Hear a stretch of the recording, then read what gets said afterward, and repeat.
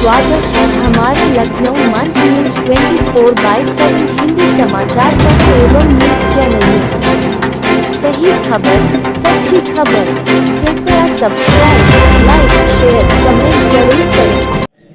शोभित जी, ये बताएं कि जो संभल का जो हिंसा हुआ वो सोची समझी चाल है या क्या मामला है, उस पर अपने विचार व्यक्त करें, जिससे कि उसमें जो जिस तरीके से हिंसा चल रहा और जिस तरीके से राजनीतिक गतिविधियां जो है तेज हैं, उस पर आप क्या कहना चाहेंगे? संभल पर राजनीतिक दल और अन्य संगठन या टीवी चैनल जैसे चला रहे हैं, जिस शब्दों का चयन करके उसका शीर्षक बना रहे हैं, मैं उसकी घोर निंदा करता हूँ कि संभल में दंगा नहीं हुआ है। दंगा दो पक्षों के बीच जो संघर्ष होता है, लड़ाई होती है, उसको दंगा कहते हैं। और संभल में एक पक्षीय पुलिस और सर्वे टीम पर आक्रमण किया गया है और ये आक्रमण गोरी और गजनवी की तरफ किया गया है। इसलिए मैं इसकी घोर निंदा करता हूँ। ये आत्मघाती हमला है, ये दंगा नहीं है। क्यों कि जब सर्वे टीम वहाँ पर न्यायालय के आदेश पर सर्वे करने के लिए गई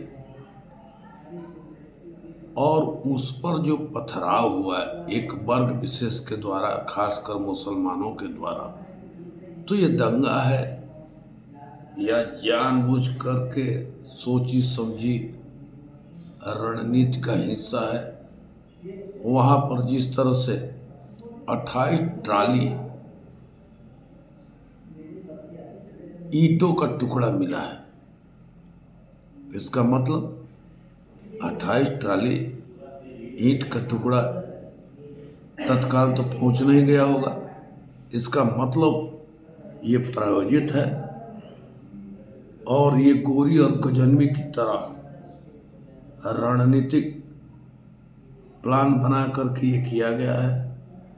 और जिस तरह से विपक्षी पार्टियां इस पर सियासत कर रही है, ये सनातन पर बहुत गंभीर हमला है और सनातन वासियों को चाहिए कि इस हमले का माकूल जवाब दे। दूसरी बात कि ये पुलिस टीम और सर्वे टीम जो न्यायालय के आदेश के अनुपालन में गई है, ये साफ बताता है कि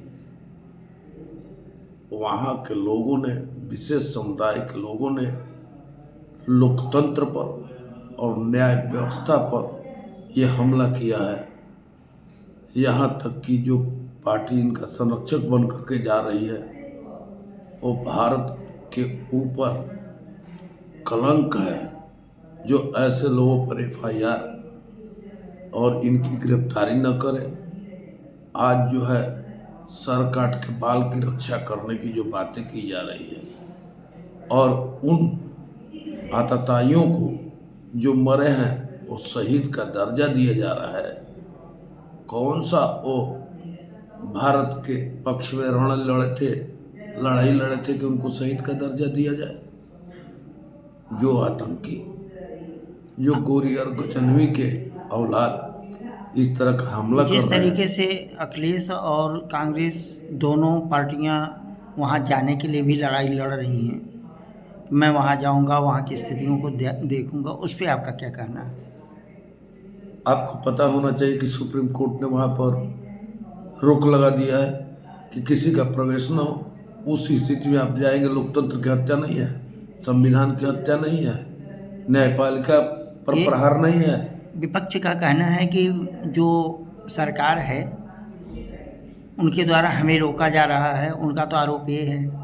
सरकार के द्वारा नहीं रोका जा रहा है, सुप्रीम कोर्ट के आदेश के द्वारा रोका जा रहा है। ये अफवाहें फैला रहा है जनता के बीच में, जो इस तरह का अफवाह फैला करके भारत के अंदर गृह युद्ध की स्थिति बनवाने का काम कर रही विदेशी ताकतों के बल पर। यहाँ पर ये टूल किट का एक हिस्सा है। आज जिस तरह से नोएडा बॉर्डर पर जाम लगाए किसानों को ले जा करके, ये भी एक टूल का हिस्सा है। इस आंदोलन में किसान नहीं है, किसान संगठनों के द्वारा ये प्रायोजित जाम लगाया गया है। विशेष मैं क्या कहूँ, भारत की जनता सब कुछ जानती है और इन लोगों को अब प्रेशर नहीं मिलेगा राजनीति में कि आकर के सत्ता में हावी हो और भारत के खजाना को लूटने का काम करे। अब ऐसा मौका इन लोगों को मिलने वाला नहीं है और सनातन पूरे विश्व पर छाने जा रहा है और पूरा विश्व सनातन की ओर आकर्षित भी हो रहा है। कांग्रेस एक विदेशी कोख से पैदा हुआ बच्चा, अब ये खत्म हो गया है। अब इस पर जनता का विश्वास नहीं है।